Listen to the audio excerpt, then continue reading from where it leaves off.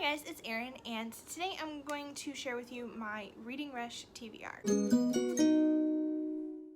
The Reading Rush, formerly Booktubeathon, is taking place from July 22nd to July 28th this year. I participated to a decent level in Booktubeathon last year, and I really enjoyed it. I wasn't sure if I was going to have the time to participate in the Reading Rush this year, but once the challenges were posted, I realized that I could double up on a lot of them, and so I'm gonna try. I can't promise that I'm gonna do much more than just read a handful of books and then be done, but that's still more participation than none at all. And so, if you're curious about the Reading Rush and all of the things that they have going on, because they have a ton of stuff, and it looks really fun, and I kind of wish that I could participate to a higher level. I can't, I'm going on vacation. I will link their website and their announcement video in the description box below, so you can go and check it out yourself. Now, what I did is I realized that I could actually meet all of 7 of the challenges with 3 books. So I'm gonna do that, and then I'll also name a couple of alternate titles for some of the challenges that I've doubled up on.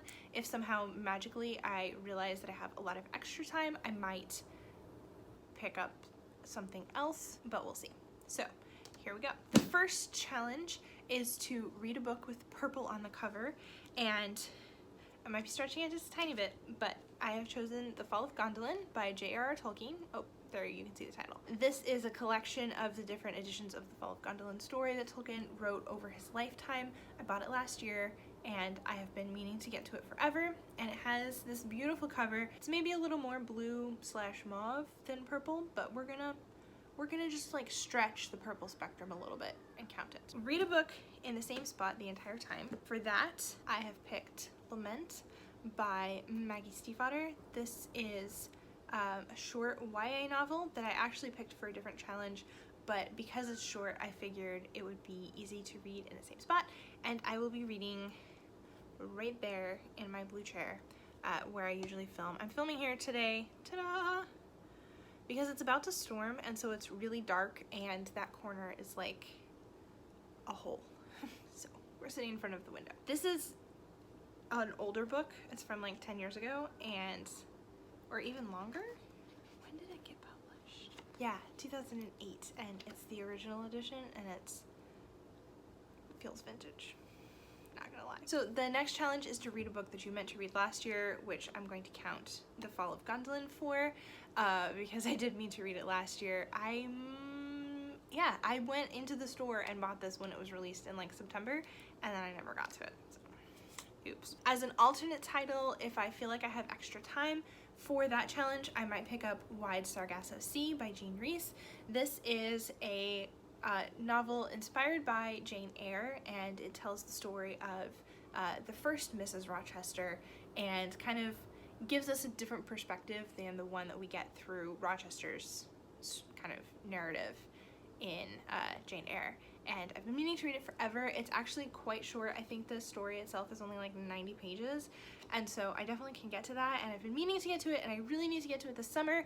I just don't know if I'm gonna get to it that week. The next assignment is to read an author's first book. Lament is the one that I picked for this because it was Maggie Stiefvater's first book. I think I actually read this ages ago, but I don't really remember it, and I love Maggie Stiefvater, and so it seemed like a good opportunity since I have the book already, and it was part of the assignment. As an alternate to reading an author's first book, I might pick up Good Blood. This is by Casey Pastor, and she's actually a friend of mine. This is her first published novel, and it's another one that I've been meaning to read for a while. It was released in January, and I wanted to read it not when I was in the middle of all of my other stuff with last semester, but I wanted to enjoy it. So this is another really short one that I would love to get to, but we'll see. The next challenge is to read a book with a non-human main character, and both Lament, which has fairies in it, and The Fall of Gondolin, which has not only elves, but also Balrogs and Maya and eagles and stuff, would count. So either one works. I have a lot of fantasy, so if I end up reading again something else, it would probably be a fantasy book that has some non-human characters. I'm not really sure what I would pick otherwise though. The 6th challenge is to read a book that has 5 or more words in the title.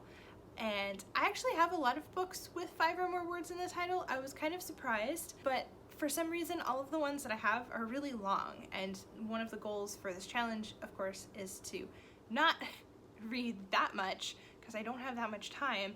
So the challenge for me here was just picking one that was short enough that I felt like it was manageable and I could plausibly read it. So that would be The Map of Salt and Stars by Jennifer Zainab Yugadar, and this would also count for a book that I meant to read last year because I meant to read this last year and I didn't. You might remember it if you've been watching my channel for a while, because it's been on some TBRs that just never happened. I think it was actually on last year's Booktubeathon TBR as an alternate, and I never got to it. So this is the time. This follows 2 timelines. The first is about a young girl whose family of Syrian immigrants moves back to Syria right before the Syrian war starts, and then they have to flee again. And as she and her family are going through that, she is also taking comfort in the story of this young woman from the 1200s who was Syrian, who disguised herself as a boy and became a map maker, and followed a similar journey to the one that the main character and her family are taking as they flee Syria. And it sounds so interesting, and I just want to read it. So here it is in all its glory with bookmarks sticking out. The final challenge is to read and watch a book to movie adaptation. This is the one that I'm probably not going to get to. Like I said, I'll be going out of town in the middle of the week, and not only will I be spending 2 days driving in the car and not just riding in the car while someone else drives, I actually have to drive. I will then not be in a place where I can easily watch a film just alone. So if I think of one between now and then, maybe I'll read a short graphic novel or something and then watch a film adaptation. But at this point in time, I'm probably just gonna let that one stay. But hitting 6 challenges with 3 books is not bad. So this is kind of the extended, I have so much time TBR, but I can hit all of but one of the challenges by just reading 3 of these, and so that's kind of the thing that has made me feel like I can participate in the reading rush this year. So that was kind of cool, just that it happens to overlap like that. If you are participating in the reading rush, I would love to hear from you in the comments. Definitely link your TBR videos if you have one, or just let me know some of the books that you're planning to read. I'd love to hear from you. Also, if you have read any of these books on my list, let me know how they are, if they're good, if I should maybe be sure to take one of those alternates and try to squeeze it into that week. I'd love to hear from you about that too.